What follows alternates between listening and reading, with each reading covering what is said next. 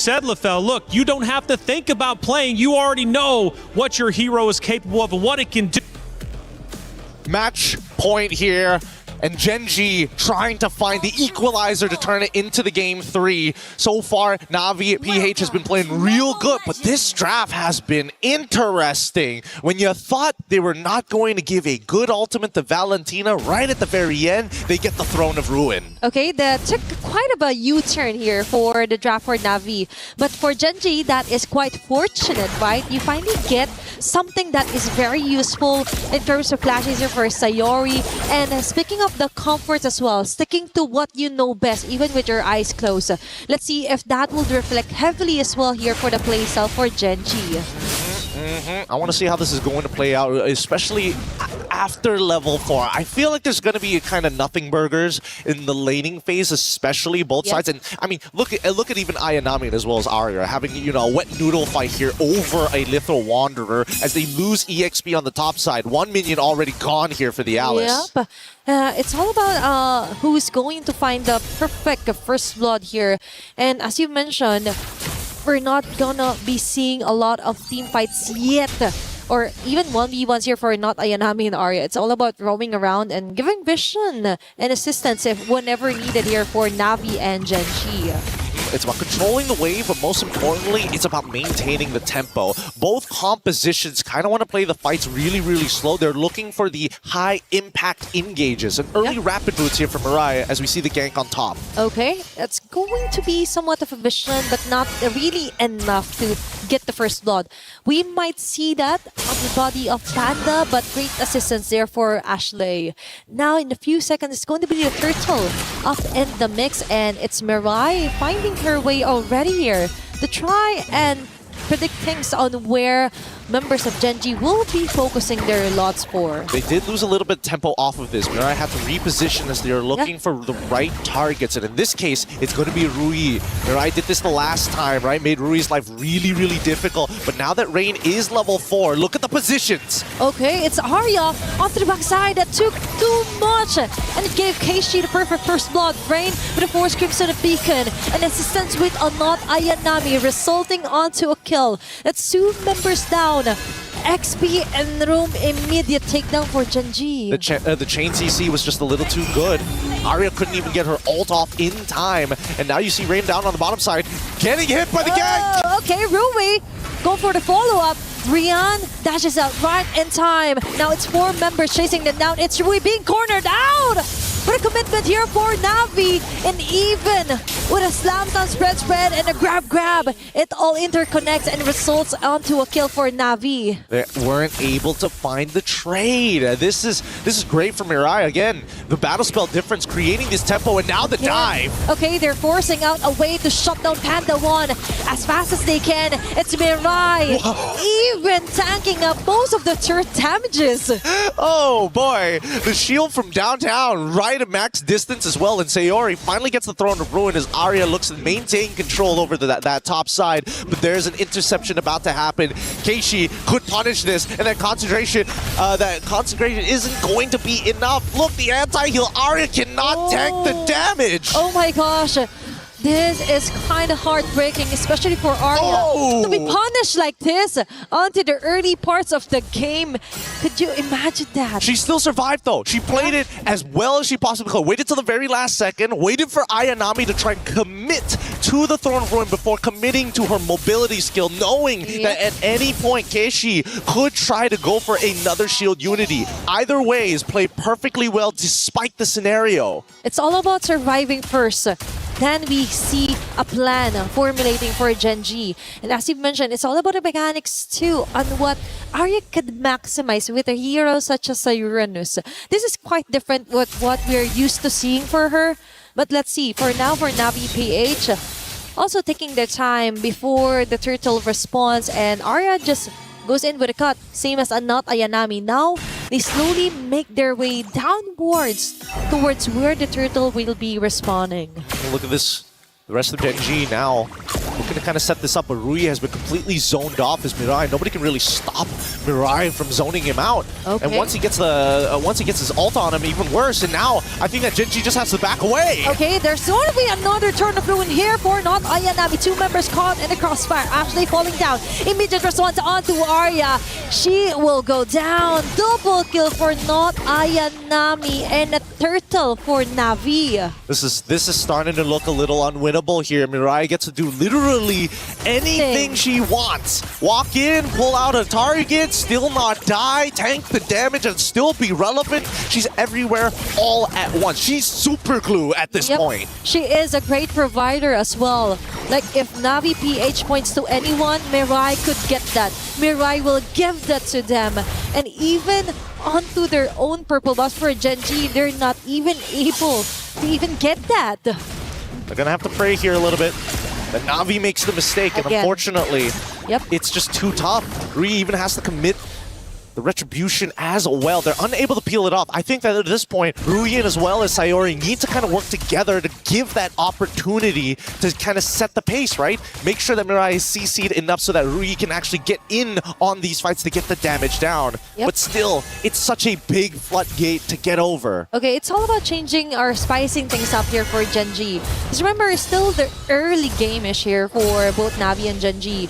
Although technically speaking, there is a lot of advantages. 6 minutes in, turret destroyed, multiple objectives secured, plus the jungle camp being invaded is just too much for Gen.G to handle. Although there's still a sliver of HP, as you mentioned, in the body of Sayori and Rui going hand in hand. But that is if they're not continuously being hunted down by Mirai or even not NAVI. Yeah, they're gonna get dived under this tier 1. Whatever happens will happen.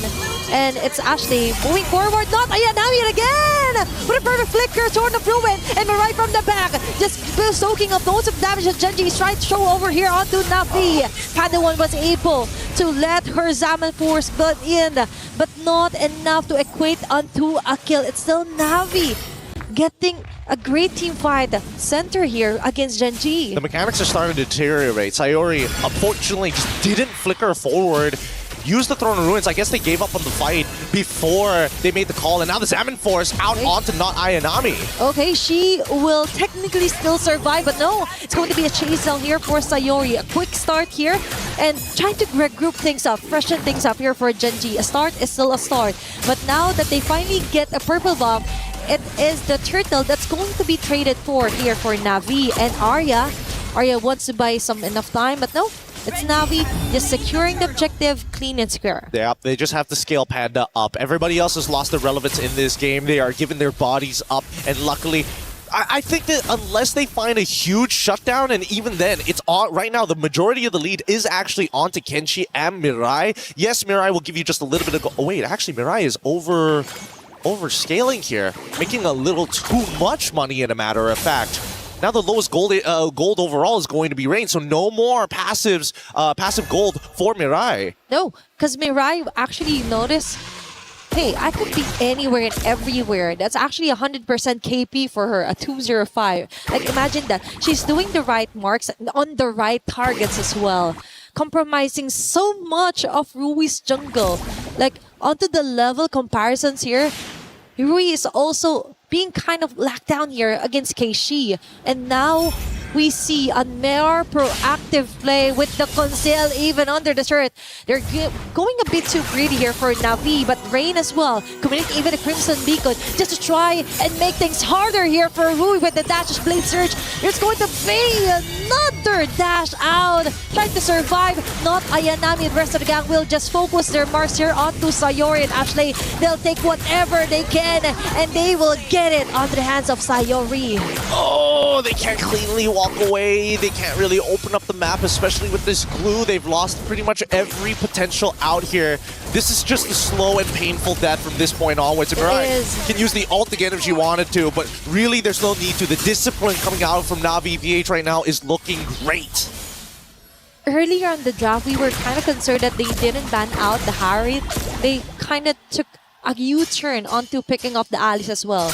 Now we do understand, even though Sayori has a wonderful ulti that she could copy, but she has to technically go in the front lines, find not Ayanami on this sort of a mess and then commit to go for a setup. But that's not happening at all because the moment that they're being shown on the map, that's an immediate kill here for Navi and an immediate takedown of an objective as well.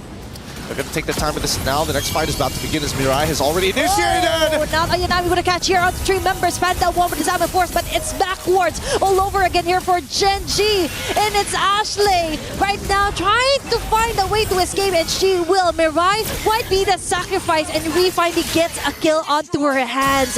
Now that was a quite bit of a messy impact here for NAVI PH, and Gen.G got 1 out of the 5. At least they were able to get 1, and honestly, that's a pretty big win for Gen.G at the very least. At this stage of the game, 10 minutes, and we still have some holy shieldings to work with. So at least for Gen.G, if they can just minimize the damage and protect this long lane, they might have a chance. Okay, it's all about Arya right now, doing a lot of the heavy lifting here against NAVI PH. The holy shield just might pop off. It's going to be a risk here for Gen.G, and right on cue. They were able to melt down the Lord, but a costly advantage here for NAVI PH. Oh, no, it's not over just yet. There's still the second wave of Lord and Power minions, and you can see MIBR.LOS on Patrick's skin showing off why she is not just glue, but super glue here as they conceal and force the play underneath their turrets. Okay, that is quite scary for Patrick going in with the conceal play as well. They just wanted to scare off some of the members, then finally get a base turret out of Gen.G. Now Sayori is forced to somehow copy the Crimson Beacon for extra survivability if ever Navi decides to jump in onto the clash. And honestly, I think that Gen.G could have taken advantage of the fact that they were going for the conceal, right? Because they should be aware that the battle spells of both MIBR.LOS as well as Ayanami were still on cooldown. So there was technically no way for them to catch them off guard. Yeah. Everything would have been telegraphed from the Throne of Ruins or just Clue being, concealed and walking up to you. Now, with the Radiant Armor already purchased on top of everything that they have, right? The Glowing Wand, Cursed Helm. Panda has got to be careful. Without that Salmon Force to maintain those shields, naturally, without the Chrono Dash, she will burn. And definitely that's the next target here for NAVI PH. You mentioned about the timing of the battle spell, so someone has to keep track of that for Gen.G. That is quite the opening, actually, the small opening, but still, that is somewhat of a win if ever they be able to time those timings or the battle spells out of NAVI PH. Now, they're slowly making their way.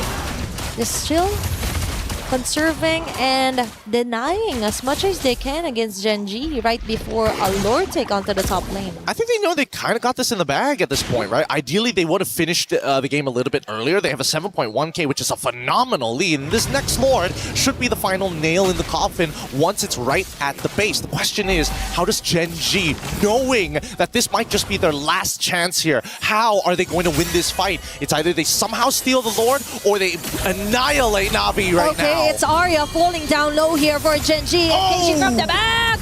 It's going to be a nice setup here for Ashley, but not enough still. It's Navi PH chasing them all around the map. And the one is not a position that you would want her to. And MIBR.LOS single-handedly zoning up 2 members in a row with a grab as well. Taking a hold of Sayori. It's 2 members immediately down, which is kind of good, would be helpful in some way for Gen.G if they manage to survive. But for NAVI PH, they just want to continue their dominance, targeting Arya in the process. And there's going to be a Land of Bless on their stacks as well. Enough to totally tore her down.